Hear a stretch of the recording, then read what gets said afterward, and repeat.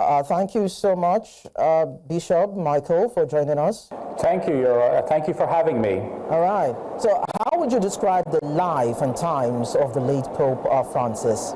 Well, it was remarkable. In 12 years,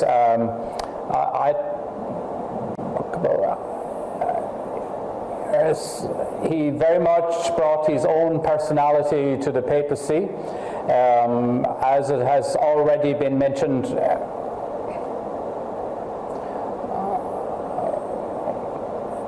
and he was the first Pope from outside of Europe, first Pope from Argentina.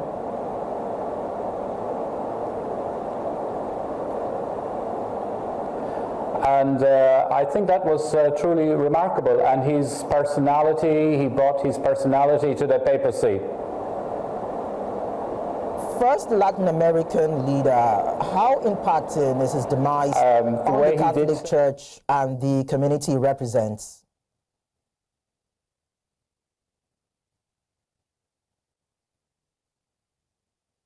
Could you repeat the question? Okay, so I said as the first Latin American leader, how impacting is his demise on the Catholic Church and the community he represents?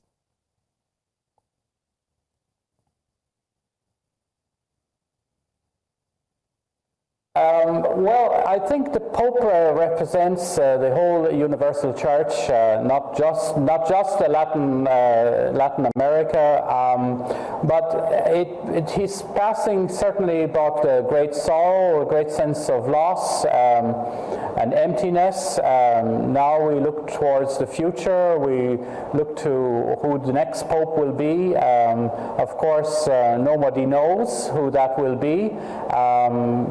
It will be a period of prayer and discernment on the part of the cardinals and also on the whole people of God. It is an opportunity at the local level in every parish and every diocese to pray during this period for discernment that the cardinals may choose the right man for the right time. I think it's always been a great blessing, certainly in the modern history of the papacy, that we have been blessed to have received the right Pope for the right moment in time. And I think back, for example, we go back to 1939, even in 1914. It's interesting, there were both years when the popes were changed, and they brought a leadership of peace. In the First World War, Pope Benedict XV, and in the Second World War, Pope Pius XII. Both were elected literally at the moment before there were outbreak of war. So, and later still, I think with the other popes, John the 23rd, Pope Paul VI, John Paul II, the Catholic Church has always been blessed that they have chosen popes who were suited for the particular moment in time. And Pope Francis also was brought something new, freshness to the papacy, and we will see what happens. But we need to pray. The choice of a pope depends on the work of God, and we have to invoke God's Holy Spirit to help the cardinals to choose the right candidate for the times in which we live.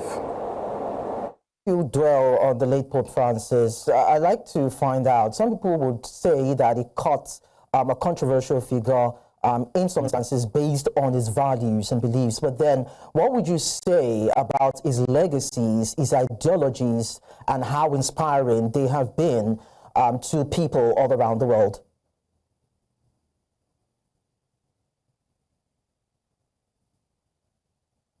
I think first of all, he wanted to be a very a pastoral pope. Sorry.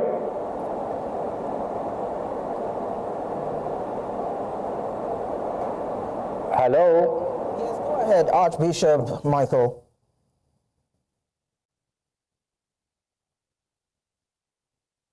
Archbishop Michael, if you can hear me. So I was asking that Late Pope Francis was someone who has been described by some people as a controversial figure because of his values and his beliefs. But then I'm asking how you would describe his ideologies and how inspiring those ideologies have been to people around the world.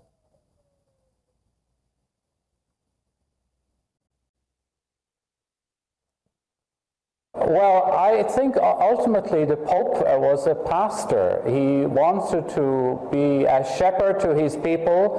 He wanted to reach out to many people who perhaps felt marginalized from the church, and he wanted to bring them out. I think he's a pastor of the mind of Christ who leaves the 99 sheep and wants to search the lost sheep to bring them back into the fold. I think he was very conscious too of people marginalized, people who were poor, and he's very keen on the issues of world peace, and he brought a lot of that, and also very concerned about the question of migrants, refugees, and maybe in certain quarters that was controversial, because I think ultimately Pope Francis wanted to put the human person at the center of his ministry as Holy Father. And in many, many times people remarked how he touched people's lives by reaching out to people who were particularly in need, and particularly in need of a greater visibility, greater outreach. I think that will be part of his legacy. And it also he personalized really the concern of the teaching of the church. Ultimately, Christ is there to reach out for people who are in need of salvation. That is ultimately the mission of the church, is to bring people closer to God. And I think Pope Francis embodied that. I don't think that's controversial at all, that he should wish to bring people closer to God. Now, with all the geopolitical tensions that we see, do you think that his death might change global hardliners to eventually embrace his teachings of love, peace, and unity? You've already seen the images that have been published, the informal meeting that took place between President Trump and President Zelensky inside in St. Peter's Basilica. They're just sitting there, two simple chairs, having a very intense conversation together. And both presidents have issued statements how positive this conversation has gone. And some people are already talking about the diplomacy of a papal funeral. So perhaps that could be a sign of something to come. Please God, let's hope that under the dome of St. Peter's Basilica, at the funeral of Pope Francis, he was already bringing people closer to issues of peace, and particularly with the war in Ukraine. So I hope that would be a positive sign. Please God. All right, so finally, Archbishop Croce, now, what word of comfort do you have for thousands of mourners all over the world, particularly the Catholic body in Nigeria? Well, I think the Catholics in Nigeria have been praying, they have been coming to terms with the loss of the Holy Father. Now today we have done the funeral, we have reached a certain stage. Now we look to the future, and we look to the Church getting a new Pope.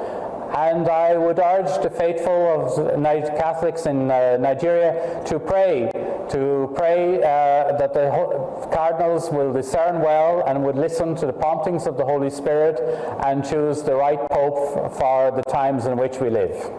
Thank you so much, Archbishop Michael Croce, the Apostolic Nuncio to Nigeria. It was nice talking to you.